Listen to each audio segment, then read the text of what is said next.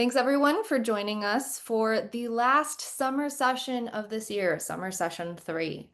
If you are just tuning in for the first time here, this is a session put on by Californians Advancing Civic Education, also known as CACE.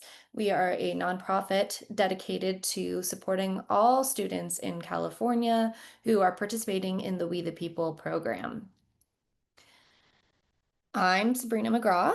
I am president of CASE and I'm an alum of the program from 2013. I was in Unit 5 and I am currently an attorney in San Francisco working for the law firm Covington and Burling doing insurance recovery litigation.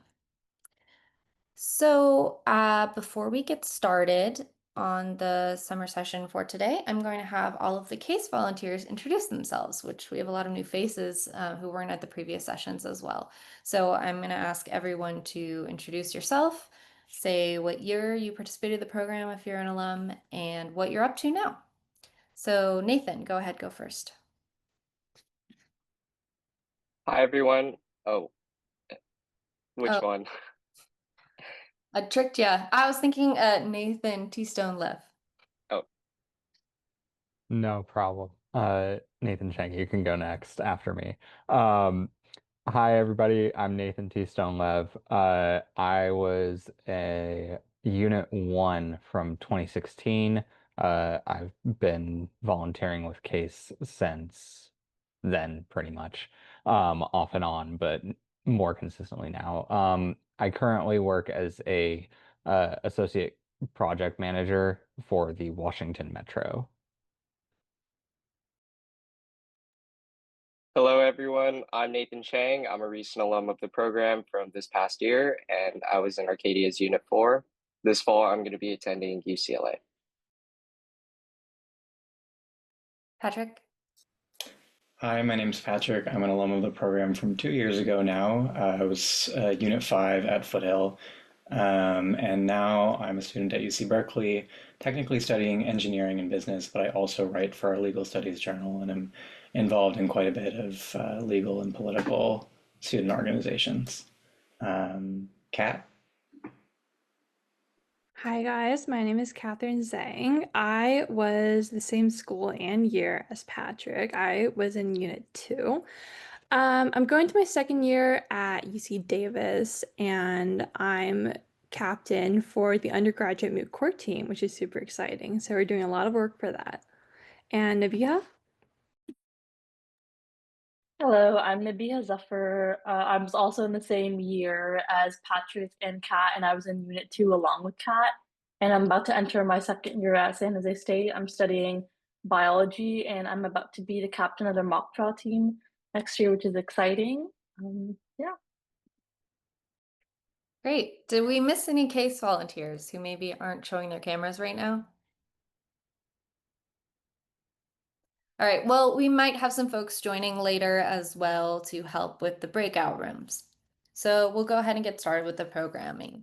The focus of this summer session, as you might have seen from other summer sessions, we focused on different units of the program. So we only have 2 units left that we haven't covered, and that is Units 3 and Units 5. Unit 3 is primarily focused on how the Constitution has changed over time and also covers the Civil War and the periods after that. Unit 5 is focused on the Bill of Rights. So those are kind of the issues that we'll be covering today. So to start out, I want to do a brief overview of checks and balances. So I'm going to share my screen.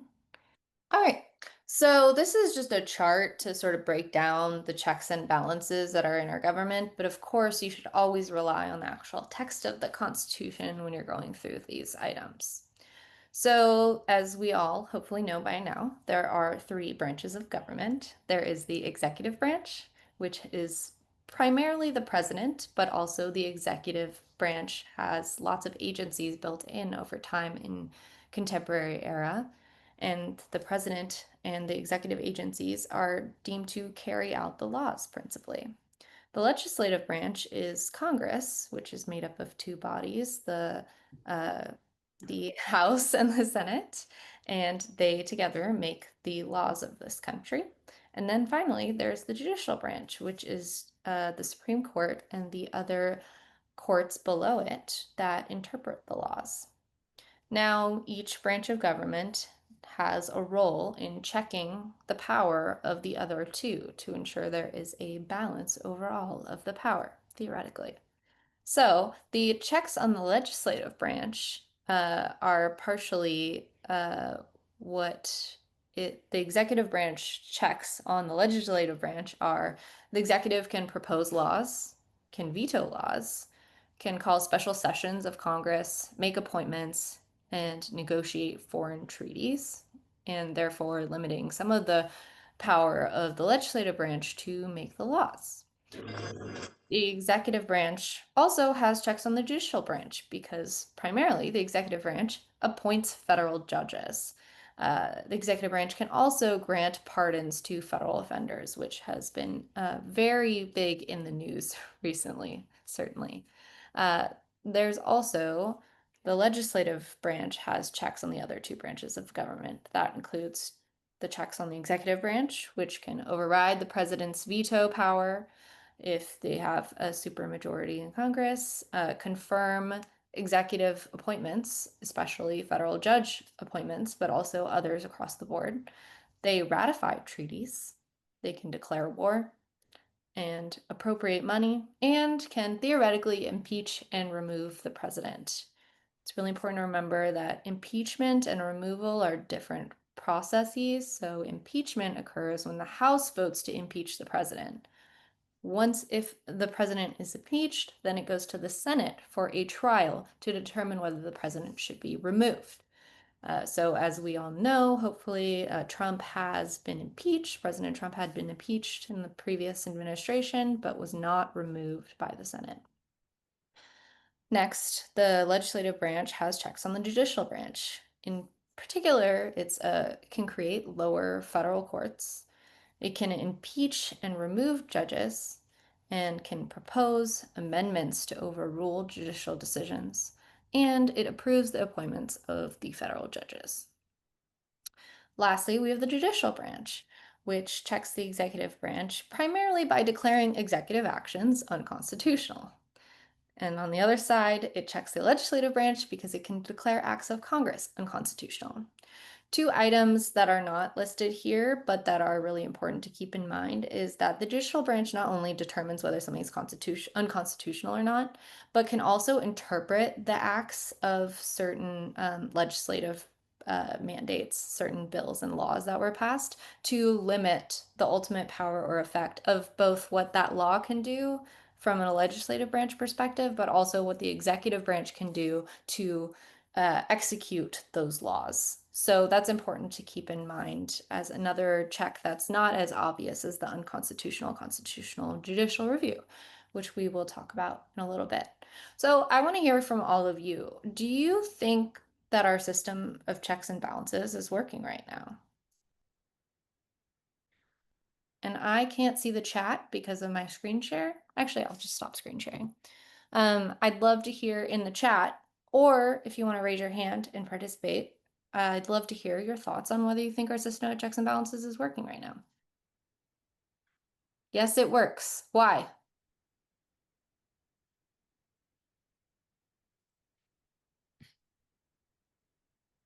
Okay, we got in the chat. No, the executive has been overreaching quite a bit as of late. Okay.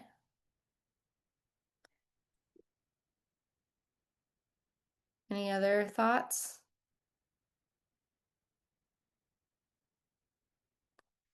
We got another message in the chat. I would say it only sort of works as because of the party system. Often one group controls all three and is unlikely to balance that off itself out. Jason, that's an excellent point and is a really important component of checks and balances that the founders maybe were aware of political parties at the time, but didn't really, they underestimated, I think, the ability for political parties to influence how checks and balances can work, particularly in this situation. So, great point. We also got in the chat, no, the legislative branch has been too controlled by the executive branch. Okay, and what do you mean by that? And anyone can answer, but does anyone think that the legislative branch has been too controlled by the executive branch? How does the executive control the legislature?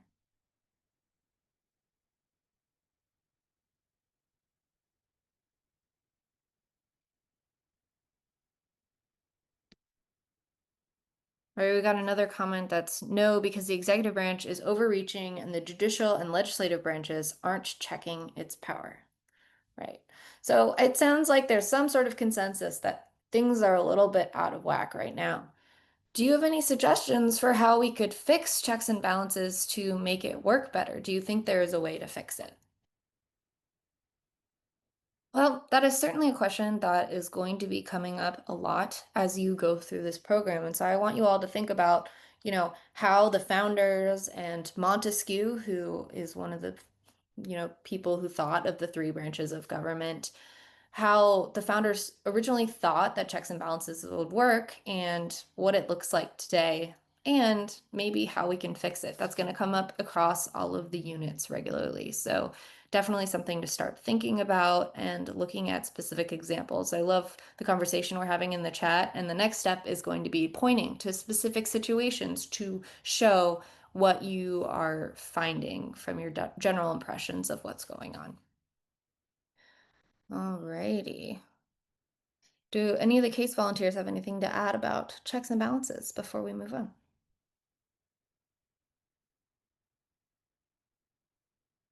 All right. Well, then we're going to dive right in to my favorite lecture on judicial review. So judicial review is really critical to both units 3 and 5, but everyone should be really aware of the units because, of judicial review because it does impact all of the units. So judicial review. Can I get some definitions? What you think judicial review means in the chat?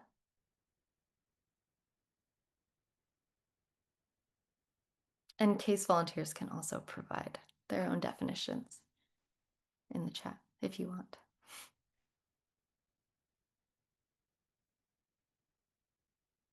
You can also say it out loud. Would love that too. All right, we got one. The ability of the Supreme Court to judge the constitutionality. Oh, sorry. Where did it go? Oh, the chat's popping off. Thanks, guys. Okay, one sec.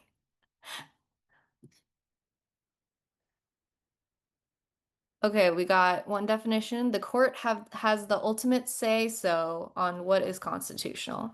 We got another, power of the courts to examine laws, executive actions, and government policies to see if they violate the Constitution. We also got assesses the actions of other branches of government as constitutional. And judicial branch reviewing the decisions of other branches. And the court has the final say in if a government decision is constitutional or not. Okay, these are all great definitions and very similar to the one that I have. I think the formal definition is judicial review is the idea that actions of the executive and legislative branches of government are subject to review and possible invalidation by the judiciary. I do want to note that a few of you put that you were talking about the Supreme Court rather than all courts, but all courts do have the power of judicial review. But the Supreme Court has the final say on what that is, so they can disagree with the lower courts that decided that judicial review. So let's talk about the origins of judicial review. Some will say that the case Marbury v. Madison of 1803 is what established judicial review. But I want to encourage you to think about all the ways judicial review came up prior to that decision. So first of all, we have common law. Much of our system, like other things, is inspired or built upon English common law, which is the idea that there is no written constitution per se in England, but instead they developed legal principles through case law over time. And through that, they were able to evaluate the decisions of other branches within the English system. We also have Article 3 of the Constitution, which is the shortest of the first substantive articles and sets out the scope of judicial power in the United States. So it says judicial power of the United States is vested in one Supreme Court and such inferior courts as Congress decides. Now, what's really important is there's two kinds of ways issues get up to the Supreme Court. There's something called original jurisdiction, and that's when the court can hear something directly. The Supreme Court can hear something directly as the issue arises. And the Article 3 of the Constitution sets out what kinds of cases get original jurisdiction, where the Supreme Court gets to hear it for the first time. And that is all cases affecting ambassadors, other public ministers and consuls, and those in which a state is a party.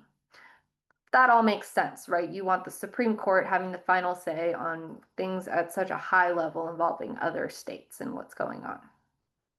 Now, the Supreme Court also has something called appellate jurisdiction, and that is basically in all other cases. The Supreme Court has appellate jurisdiction, and that means they can decide things in law or fact, but with such exceptions and under such regulations as the Congress shall make.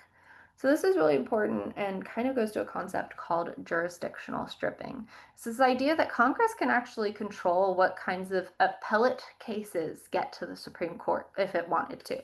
So it could theoretically say, Supreme Court is not allowed to hear any abortion cases on the appellate level. So as long as it didn't fall within original jurisdiction, Congress could theoretically limit what goes to the Supreme Court. Congress controls appellate jurisdiction, and it's another example of how Congress can actually directly check the Supreme Court. Their judicial review also comes up in the context of the Federalist Papers. So in Federalist 78, which is written by Publius, but also known as Alexander Hamilton, states the interpretation of the laws is the proper and peculiar province of the courts. A constitution is in fact and must be regarded by the judges as a fundamental law. It also states that the courts were designed to be an intermediate body between the people and the legislature in order to, among other things, keep the latter within the limits assigned to their authority.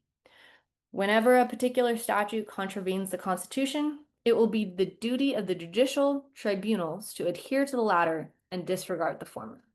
So Alexander Hamilton here in Federalist 71 is talking about the importance of judicial review for maintaining checks and balances so that the Supreme Court can actually have the power to check the other branches and to ensure rule of law across the board and consistency with the Constitution. So then we get to Marbury v. Madison, 1803.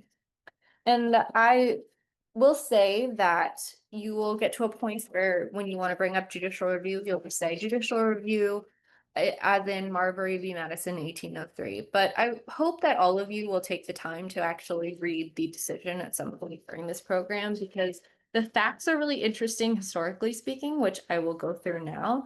And it also is really important to understand the context of judicial review in that case, as a side to just using it as a site. So the facts of Marbury v. Madison are very interesting. This was the aftermath of the election of 1800, which was between Thomas Jefferson, Aaron Burr, and John Adams. Thomas Jefferson came out on top. John Adams was currently the president at the time, and before his term ended, he instructed his Secretary of State, John Marshall, to deliver commissions for appointments. But Marbury's commission for Justice of the Peace was not delivered before Jefferson took over. Jefferson then, when he went into office, instructed his new Secretary of State, James Madison, to not deliver that commission. At the time it made sense, Marbury was a Federalist and Jefferson and Madison were anti-Federalists. So Marbury wanted to go straight to the Supreme Court through original jurisdiction and ask for what's called a writ of mandamus, which is basically an order for the Supreme Court to issue for an official to perform a duty. In this case, he wanted the commission delivered so that he could then become the justice of the peace. Now, the Supreme Court could have had a few ways it could have handled this issue. There was a Judiciary Act of 1789, which authorized the Supreme Court to issue, under original jurisdiction, writs of mandamus in this context. So the court could have done a few things. First, could have found that Marbury had no right to his commission. They could have said, hey, the commission needs to be delivered in order to be valid. You didn't get it delivered by the time Jefferson came into office, so snooze, you lose. The Supreme Court could have also said that the Judiciary Act of 1789 doesn't authorize mandamus for original jurisdiction. But lastly, they could have had John Marshall recuse himself because at this time he was on the Supreme Court. He was the justice on the Supreme Court, but he was also the person in this fact case that did not deliver the commissions for the appointment for Marbury at the time. But alas, no three of these options were reached by the Supreme Court, and instead it changed the face of how judicial review was considered and used in this country. And John Marshall, is actually the one who wrote this opinion and held that the Judiciary Act of 1789 does give the court the authority to issue a writ of mandamus, but it ruled that the Judiciary Act of 1789 is unconstitutional, so the court lacks jurisdiction to hear that case. And the reasoning for this is essentially what I was talking about earlier. Courts in the Constitution, the Supreme Court, has original jurisdiction only in a few situations. And what the Judiciary Act did was try to expand that original jurisdiction to include writs of mandamus. So John Marshall said, Congress doesn't get to expand original jurisdiction under the Constitution. But what is very critical of this case is the holding, and that this is quoted in almost any case I have ever read at all related to determining constitutionality. And it's this quote: "It is emphatically the province and duty of the judicial department to say what the law is." So that's Marbury v. Madison. And again, I encourage everyone to read the case in full to get the full sense of it. But that's the important part of it. But as we talked about before with the common law, Federalist 78, before then, it wasn't that Marbury v. Madison established judicial review. It was just the first time in American history that SCOTUS, or the Supreme Court of the United States, SCOTUS, used judicial review to strike down a congressional statute as unconstitutional, using its power essentially to check the legislative branch. But SCOTUS had previously used judicial review before, but in that case, it was to uphold a statute's constitutionality. And that was in the case Hilton v. U.S. 1796. So what are the effects of judicial review since Marbury v. Madison? Well, judicial review has been used to strike down huge major laws over history. It first was used to limit the power of the federal government in Barron v. Baltimore, 1833. It practically started the Civil War because of the case Dred Scott v. Sanford. It undermined the 14th Amendment, it determined in Gitlow v. New York that the First Amendment should be incorporated to the Bill of Rights to the states, which we'll get into later today. And it desegregated education in Brown v. Board of Education. It established the right to privacy in Griswold v. Connecticut. It helped with gutting the Voting Rights Act of 2012 in Shelby County v. Holder, and it legalized same-sex marriage in Obergefell v. Hodges. So there's tons of really important historical precedent for judicial review, no matter what you're in favor of, in terms of it checking other branches of government. So I want to ask you, should we have judicial review? What are the pros and cons of having judicial review in this country? Anyone? Bueller? That might be an old movie to reference. But anyway, I'd love to hear anyone's thoughts. I mean, should we have judicial review? Is it important for checks and balances? Okay, finally we got some in. Okay, we got yes, we should have judicial review. It's another set of eyes on laws that might be in the gray area. We also got in the chat, it helps keep the other branches within the Constitution. We got without judicial review, the Supreme Court might not be able to check the power of Congress. Great.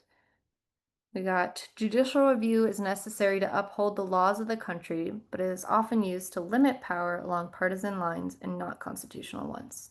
Yes, that's a great point. So it sounds like we have a lot of mostly in favor, but Jason highlighted some of the downsides of judicial review. Are there any other downsides to judicial review we should consider?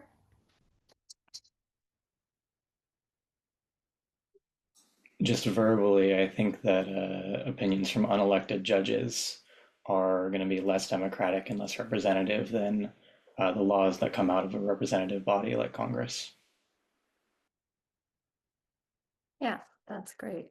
And I'll throw in another one into the ring, and it's, I mean, these are people who've spent their lives in the law, but not necessarily expertise on other things. So judicial review gives the judiciary a lot of power to decide things where they might not have expertise in that area. And they also get information passively. They can only review and consider really everything that is put in front of them by the lawyers and the parties at issue. So their scope to review things is pretty limited compared to the resources and scope that the legislature and the executive can consider when doing things. And another thing against judicial review is this idea that the Constitution was meant to be aspirational and not regulatory, and therefore it's the democratic processes that should be considering this. And one other thing I just wanted to note for judicial review is that it wouldn't be as if the judiciary had no power if judicial review didn't exist. The judiciary would still be able to interpret the laws that Congress passes and assess the scope of things, but it wouldn't be able to rule something as against the Constitution itself and thus check that power in that context. But judicial review is what we have in our system today. And so it's really important to consider how judges tend to approach that process of judicial review. So I am going to share my screen and go over a few of the main uh, 5 major theories of constitutional interpretation, which is up here somewhere. There we go.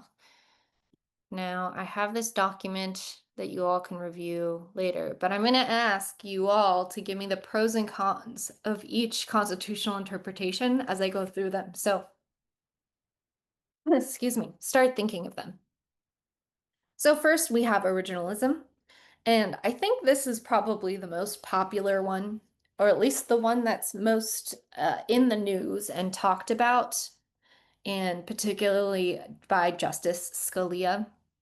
And it's this idea that in interpreting the Constitution and what it means, and therefore how to use judicial review, it's the meaning of a constitutional provision is fixed when adopted and can only change when amended. So that's why you hear, what did the founders think about this constitutional provision at the time of the founding? Or when interpreting the 14th Amendment, what was the thought of how it would work at the time that the 14th Amendment was passed? The idea being that the power of the Constitution is only limited by what the founders or the people intended for it to mean. And therefore, it has no modern upgrades to it. So, for instance, if you were being true to originalism, you could think of the Second Amendment's right to bear arms might only be limited to the kinds of muskets that they had during the time of the founding. So, what are some pros to an originalism interpretation of the Constitution? And I'm going to ask my CACE volunteers to start reading the chat because I cannot see it while I share my screen.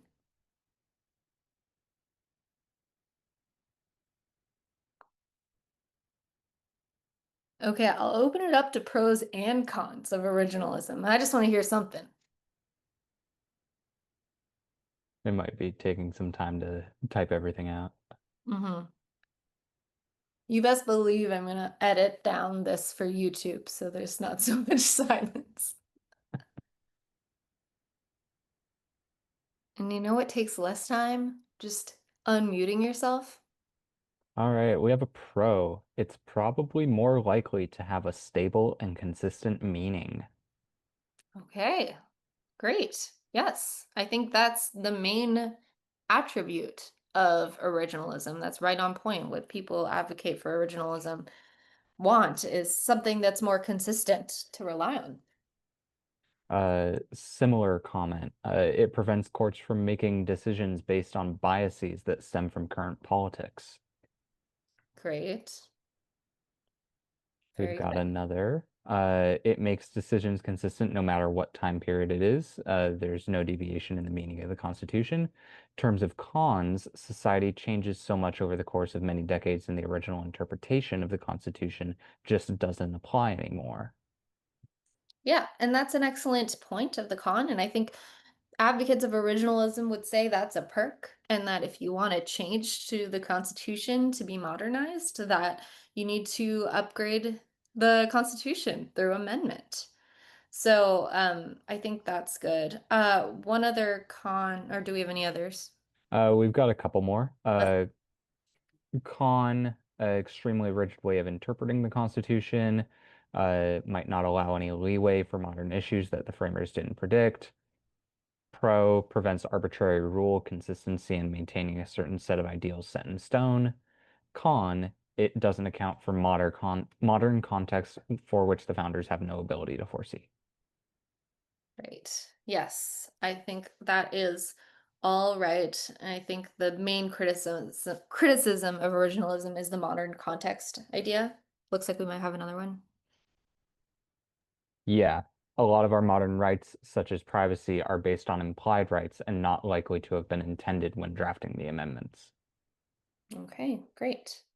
One other one I will throw into the ring is when you're relying on a time period where there's maybe not a lot of data, but or there's a lot of data about the time period rather than individual people, you can basically cherry pick history to support anything you want when you get to originalism. So though it oftentimes seems like something that might be very stable, it's very possible to find things that support all sides. And at that point, it's hard if you're an originalist to determine what the correct outcome is if there's things on both sides.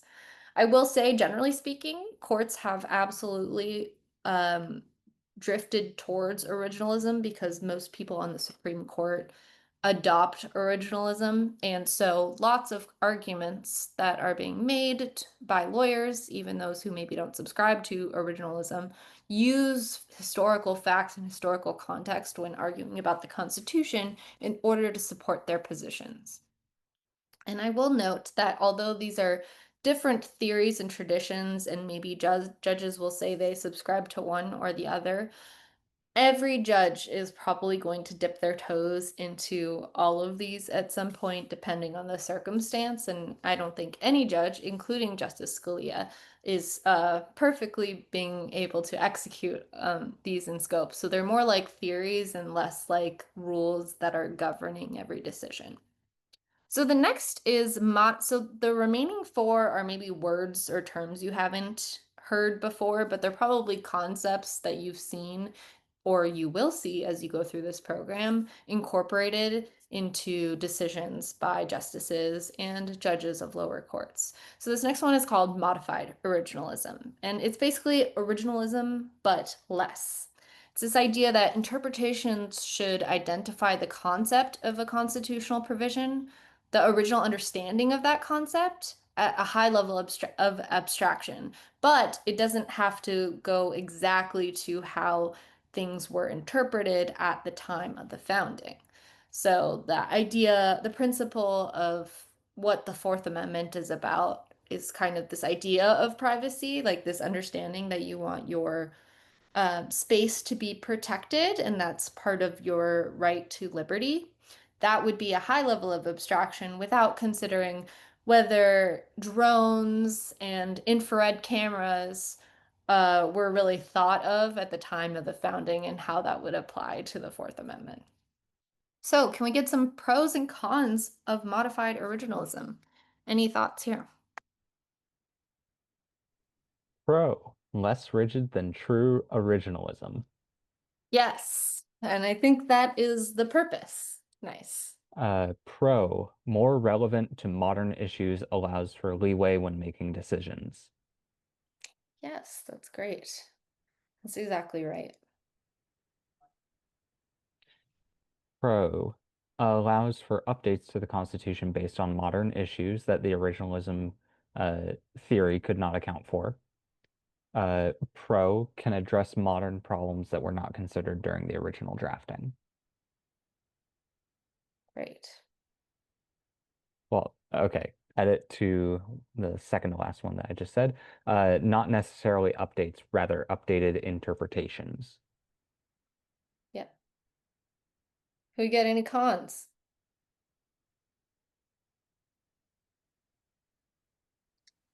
This is one that I'll say verbally, and Kat and Nabiha know this, or Catherine and Nabiha know this well as Unit 2s, but the framers didn't always agree, and so sometimes the original understanding or original principles can be disparate and varied between the different authors. Yes, that's exactly right.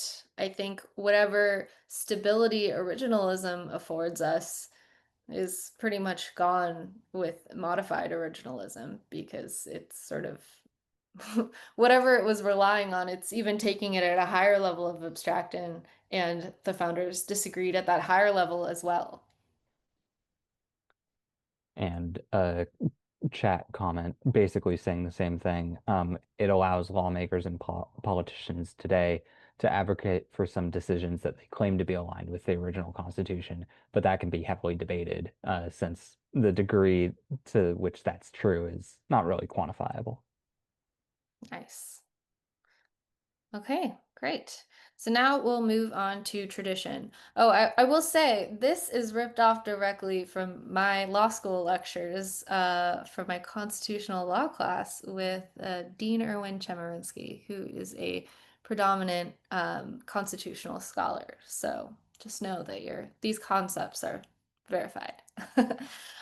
So for tradition, the idea is that you protect rights only when clearly in the text or supported by long, unbroken tradition. This oftentimes overlaps with the idea of originalism and is also sometimes called textualism. And so it's this idea that like you only get rights if it's written down. And I think a really good example of this is the decision overturning Roe v. Wade. So, anyone have any pros and cons of this one? A con. Though rigid and provides stability, it may not be flexible enough to address modern situations that text or tradition couldn't have foreseen, similar to originalism.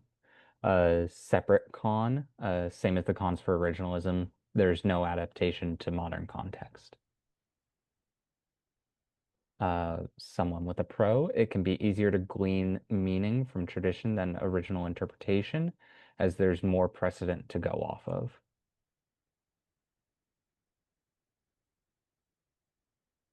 Excellent. Yeah, those are right on the money. Oh, And another con just popped up. What traditions are applicable is open to debate. yes. I think that's a really important one. And also one thing to keep in mind with, unbroken tradition, relying on that is this idea that at the founding, there were certain groups of people who had no rights at all. Black Americans, women, really anyone aside from land-owning white men. And so a lot of our early traditions are ones that do not afford rights to other people. And so relying on such traditions are often anti-liberty for the modern era.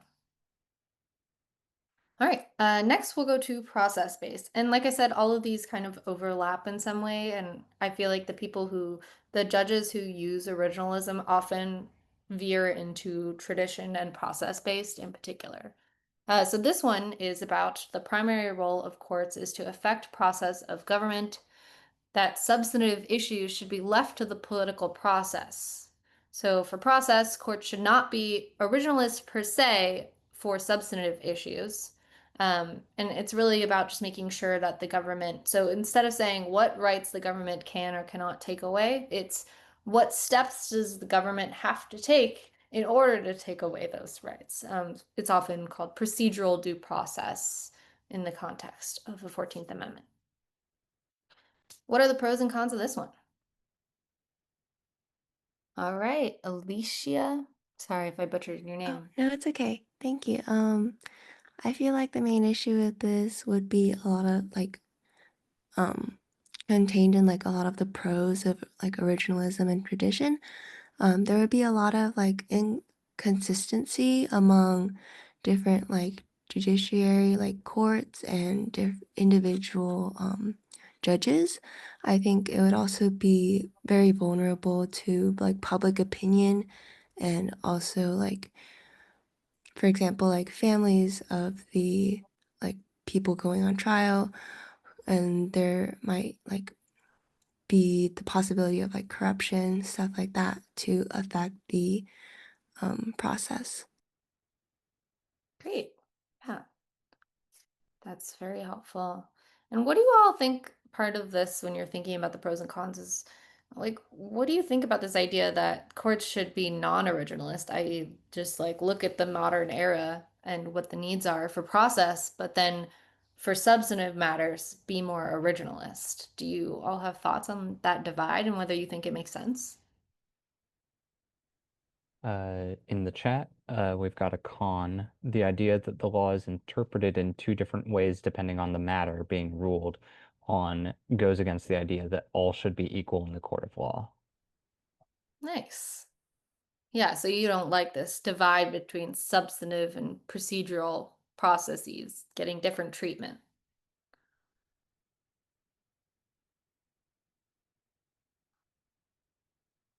Any other thoughts on this?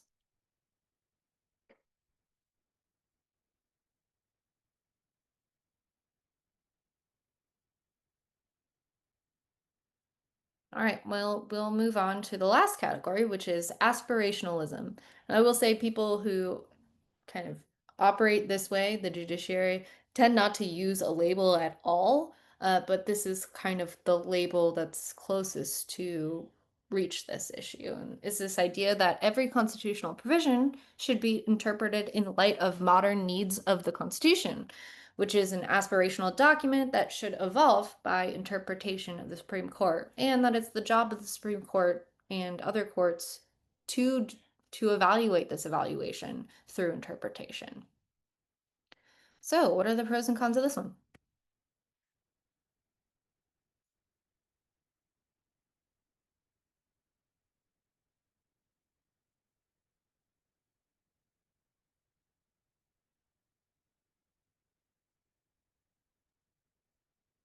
We've got a small question for clarification. How is aspirationalism much different from modified originalism?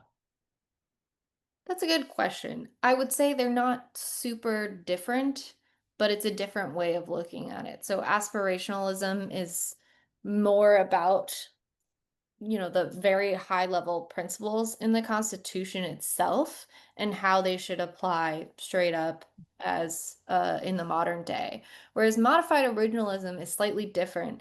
It's looking at a higher level of abstraction, but it's still looking at the principles in the Constitution that the founders found as valuable. So looking to the Federalist Papers and the Anti-Federalist Papers and what was being talked about for the purpose of the constitutional provisions at issue, the purpose of the that rights in the Bill of Rights. So what they valued about those rights then applied to the modern context. So it's slightly different. So like what our view of privacy today might be different than what the founders viewed privacy in terms of what was important about it. And so aspirationalism is even broader than modified originalism. But you're right to point out that they're very similar and that in many contexts they might not come up with a very different result. but it's just how a justice might look down like as a theory of how they interpret the Constitution and the things that they'll consider in reaching that decision. We've got a thank you for the explanation and a con. The Constitution's aspiration are harder to quantify compared to direct wording or even purpose/tradition. Right. Yeah, the courts could do whatever they want with that, right? Just going off of constitutional vibes. Might as well just make an entirely new constitution. Yeah.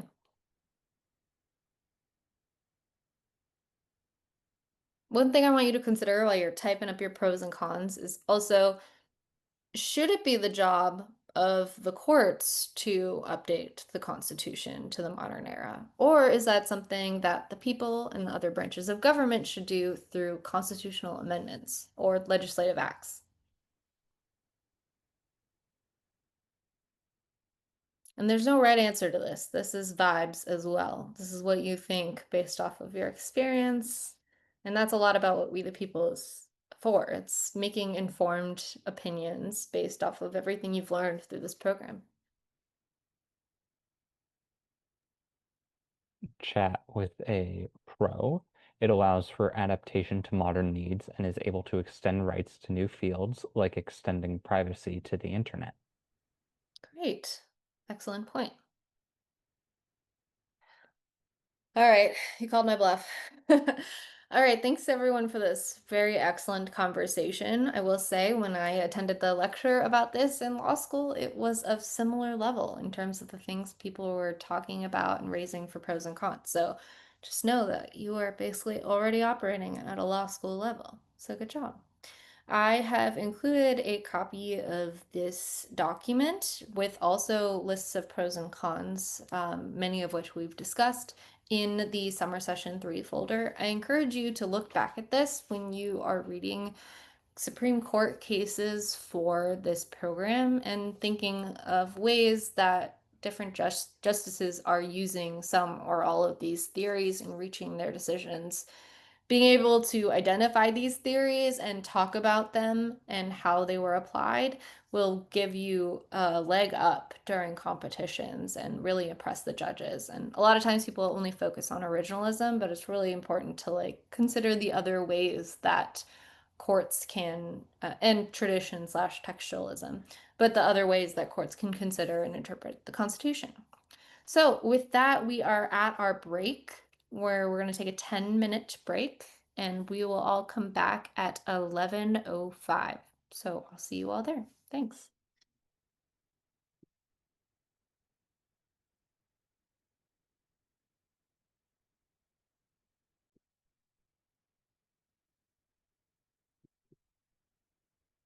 All right, welcome back, everyone. I'm going to give everyone a minute to come back.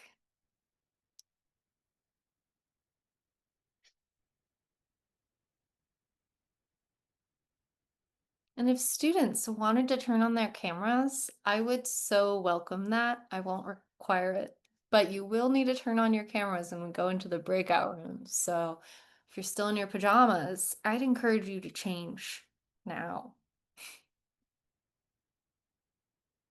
Okay, we're gonna go ahead and get started. So welcome back from the break. We are now going to touch on the doctrine of incorporation. So I'm going to share my screen again. And this is veering more towards Unit 5 as opposed to Unit 3. And the incorporation principle is related to the 14th Amendment and the Bill of Rights. And this document is also in the Summer Sessions 3 folder. So if you have any questions or want to go back to this document, you are welcome to do so. So this chart basically summarizes incorporation. The 14th Amendment reads, "No state shall make or enforce any law which shall abridge the privileges or immunities of citizens of the United States, nor shall any state deprive any person of life, liberty, or property without due process of law, nor deny to any person within its jurisdiction the equal protection of the laws. And that's Section 1 of the 14th Amendment. So just looking at the text of that, I want people to put in the chat, what part of that do you think refers to rights found in the Bill of Rights?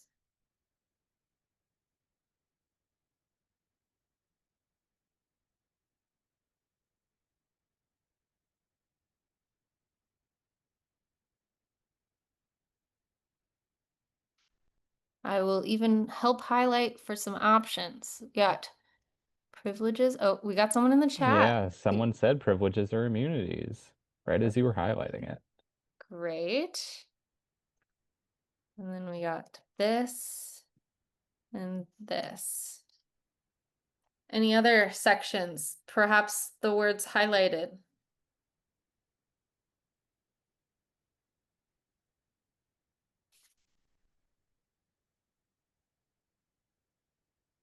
So Section 1 of the 14th Amendment does set out three kinds of different protections all within that provision. It's the privileges or immunities as citizens of the United States, life, liberty, or property without due process of law, and equal protection of the laws. What I think, as the person in the chat said, privileges or immunities seems like the most intuitive thing to refer to rights in the Bill of Rights. But that's not actually what happened, as you will see through this program. Instead, the Supreme Court decided that life, liberty, or property without due process of law was the provision that applied to the Bill of Rights. And using the 14th Amendment, so a little bit more context here. Before the 14th Amendment, the Bill of Rights talked about what Congress could do or not do, what the federal government could do or not do. So before the 14th Amendment, no rights in the Bill of Rights applied to state governments. So states could do whatever they wanted to restrict free speech or really any of the rights listed in the Bill of Rights. Once the 14th Amendment was put in, they started considering how it might apply to states because 14th Amendment applies to state governments too. And that's where the doctrine of incorporation comes in. Now, the cases at the time, privileges or immunities was determined to not apply to the Bill of Rights. And so that protection did not cover it. But later, it was determined life, liberty, or property without due process of law being taken away by states is what applied to the Bill of rights to the states. But it didn't happen all at once. Instead, it's what's called selective incorporation, meaning courts had to evaluate when and if a right of the Bill of Rights would be incorporated, i.e. apply to the states. So this chart actually gives a summary of all the incorporation of each right as it happened. So in 1925, that was the first right incorporated into the Bill of incorporated to the states in Gitlow v. New York. It relates to the First Amendment's protection of freedom of speech. And in that case, it said that the right was protected, but in that case, it ruled against the person trying to get protection for freedom of speech.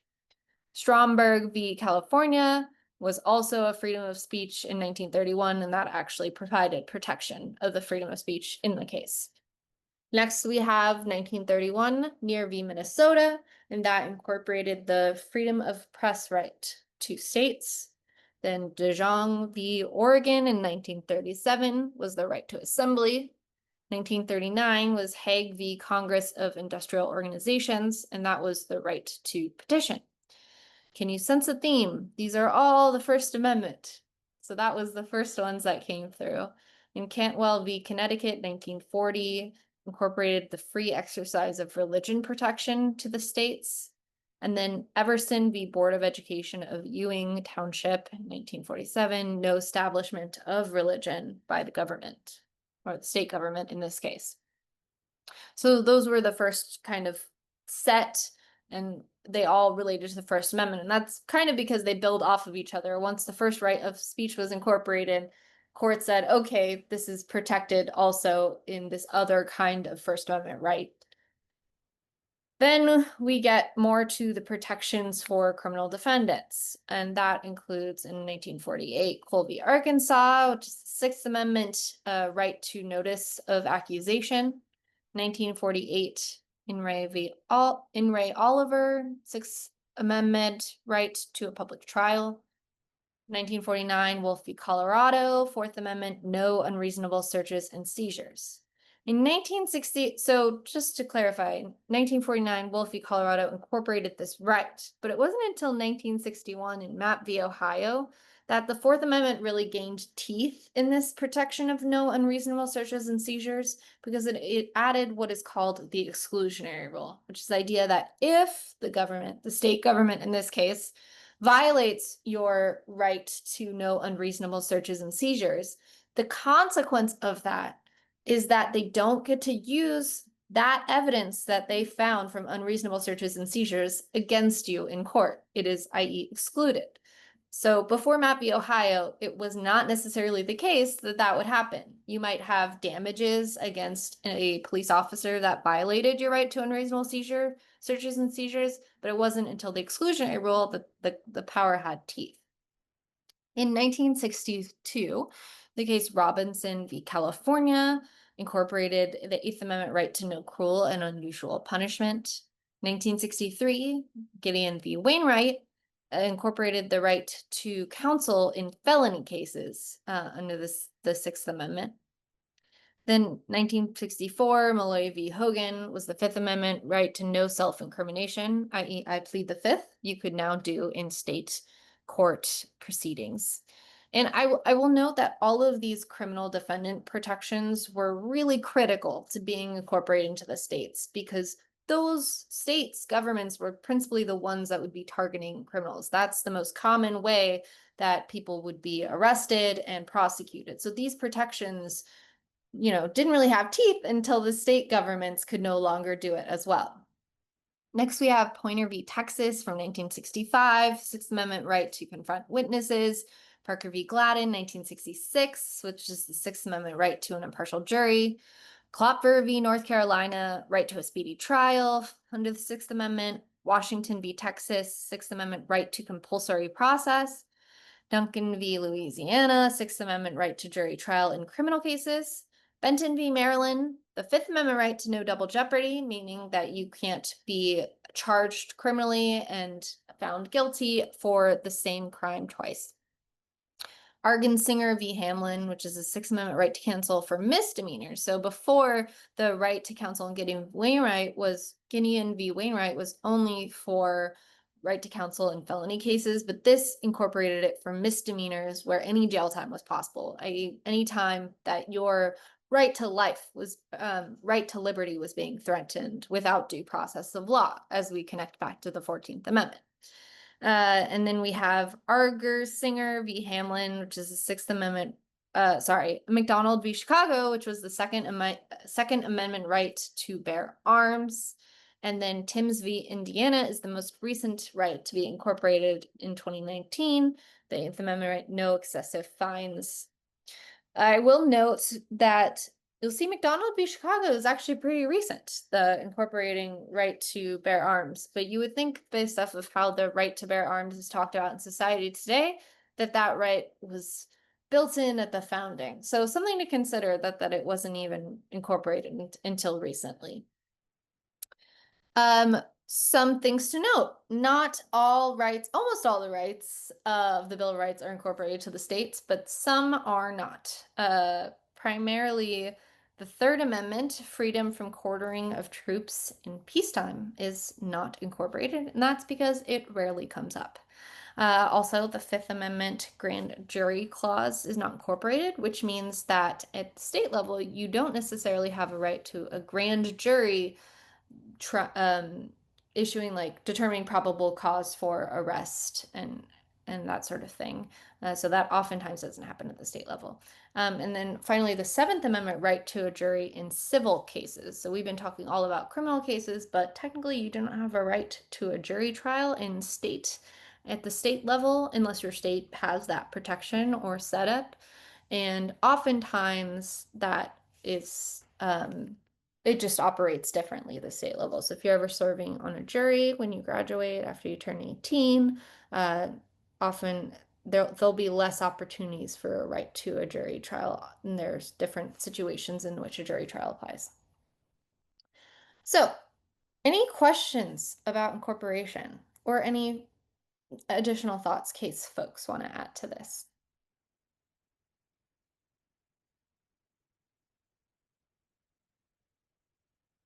I'm going to give people a second to type up their questions in case they had them.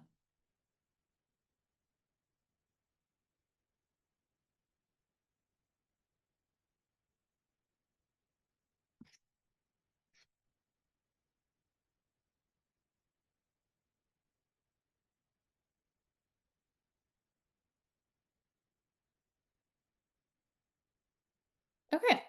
Well, then we're going to head right into Oh, the. we got Oh, one we got question. one. Could states ban firearms before McDonald v. Chicago? Yes, they could. Unless the state had a protection in their own constitution, the state constitution, which oftentimes state constitutions adopted protections that were similar to the federal level. So it's always important to consider that. But yeah, McDonald v. Chicago was the first time the Supreme Court weighed in on that issue and said that states could not do so. Okay, so we're gonna go ahead and get started. So I just, summarized almost all of the rights in the Bill of Rights. And you'll notice that we have 10 Bill of Rights, but I listed far more than 10 rights in the Bill of Rights. And that's because, if you look at the First Amendment, I believe it has 5 different protections within the First Amendment. So it's important to consider that there are rights built in within each amendment. And that's important for you to know because we're going to proceed into the breakout rooms now. And we are going to have you all do practice testimonies. And the testimony is going to be answering these 2 key questions. What is the most important right in the Bill of Rights and the least important right in the Bill of Rights? So we're going to go into the breakout rooms. There's going to be either 5 or in some rooms there'll be 6 of you. You'll set up a Google Doc. You're going to work together and you are going to draft up a roughly 4-minute testimony answering that question, practicing all of the things that you've learned over the last 3 summer sessions about how to use evidence and to talk about these different items. So you want to cite cases, if you can find statistics, anything. You'll have a decent chunk of time to do this, and you're going to have a case person in each of your rooms that will be there to answer questions as you start building this. Towards the end, in the last like 10 minutes of your time in the breakout rooms, you're going to present your testimony to the case person, and they will give you feedback on your testimony. If you finish early enough that you want to present a few times and then go back and make changes based off of the case person's advice, then you can do that, but it just depends how much time you want to prepare. The point of this process is to show you that you can do this. You can write a testimony building off of information, and you can do it in a short period of time. So this isn't going to go anywhere beyond today. It's not going to be incorporated into your actual presentations for this program, but it's good practice to show what structure is like and to get feedback from case folks on the different kinds of ways that you can structure a testimony and use evidence with it and include analysis. I want you all to go back to the summer session 1 folder and I'll also send a link to it to look at um, the I'm blanking on what it's called, but to look at the thing that we use to evaluate testimonies. And Rubric. thank you, rubric. This is a mess. We're gonna do a rubric, and you should take a look at that while you're making your testimony so that you are following and conforming with what this program looks for in testimonies. We are going to come back at 12:30. So you'll have an hour and 10 minutes to do this, which is a decent chunk of time. we'll come back at 12:30. We'll have a brief debrief of what you all came up with in terms of what's the most important right and what's the least important right, and then we will, of course, end with a vote. Do we have any questions before we head to the breakout room? Gives people a chance to ask while I pull up the score sheet.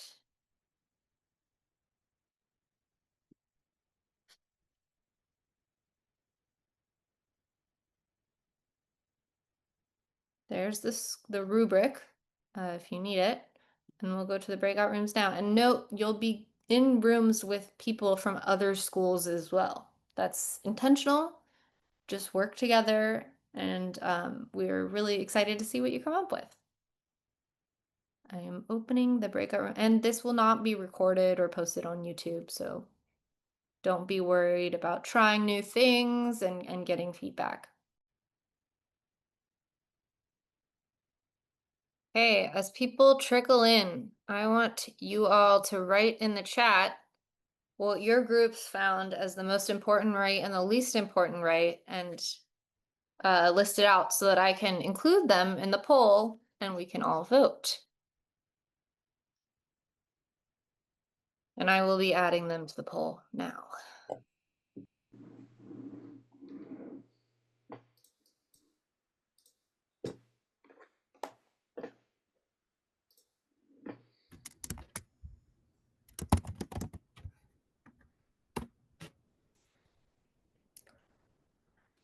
For those who just joined, please put your most important right and least important right in the chat so that I can make sure to include it in the poll.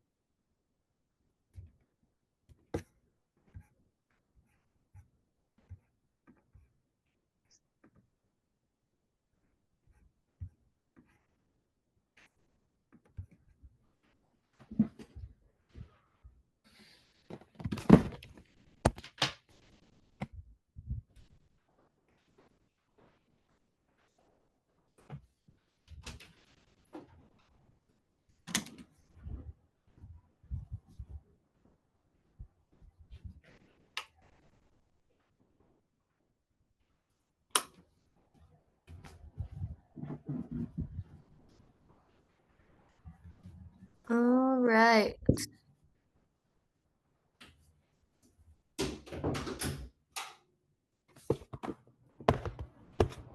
Making sure got some of these.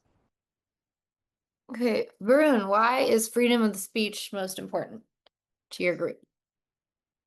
So we said freedom of speech is the most important because I guess it's probably the most relevant to like what we see in the news right now.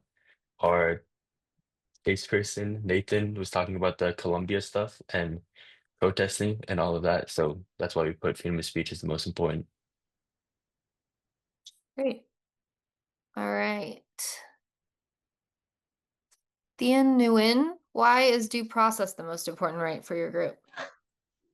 Uh, I think our biggest arguments are mostly that uh, like the means of like actually the rights are don't really hold weight without like proper means to enforce them, and also it kind of protects like the most fundamental rights of a government. Okay. And then Marina, why is the most important right the rights of the accused? And what do you mean by that? Marina was my group, and I think their mic is not working. Gotcha. Well, can you type it out maybe?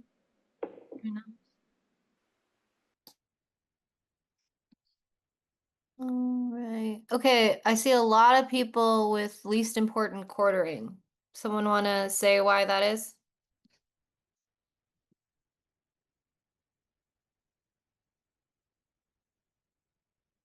I'm gonna call on people. Alex Tang. I feel like the quartering was made for a different time. I don't think that we're, at least I'm not personally afraid of soldiers being forced to have soldiers quarter in my house, but I feel like it's at least relevant in our time at least. And I feel like it was made for a different time. So yeah. Great. Anish, why do you think the Seventh Amendment right is the most important? We said that right to jury was the most important because, like, regardless of like whatever unfair law the government makes, as long as there's a fair jury, they can just make sure that unfair law just doesn't get enforced in court cases and just stop it from like being used pretty much. Great. Okay, so in the poll, I currently have speech, petition, assembly, press, free exercise of religion, bear arms, quartering of troops, unreasonable search and seizure, right to jury, due process, fair trial, and right to counsel. Have I missed any right that you think is the most important or least important right that you think I should include here?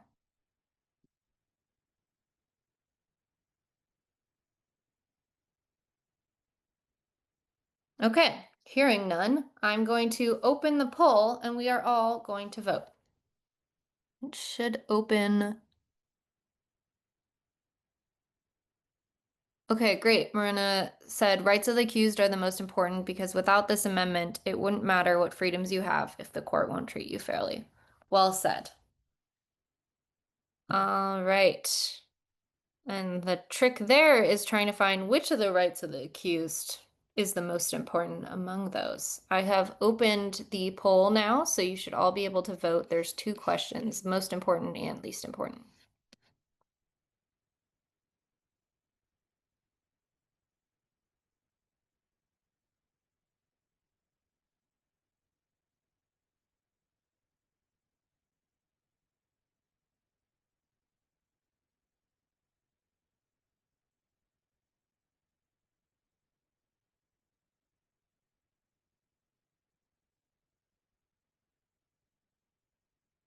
Yes, you can only vote once. That is correct. Once for each, right?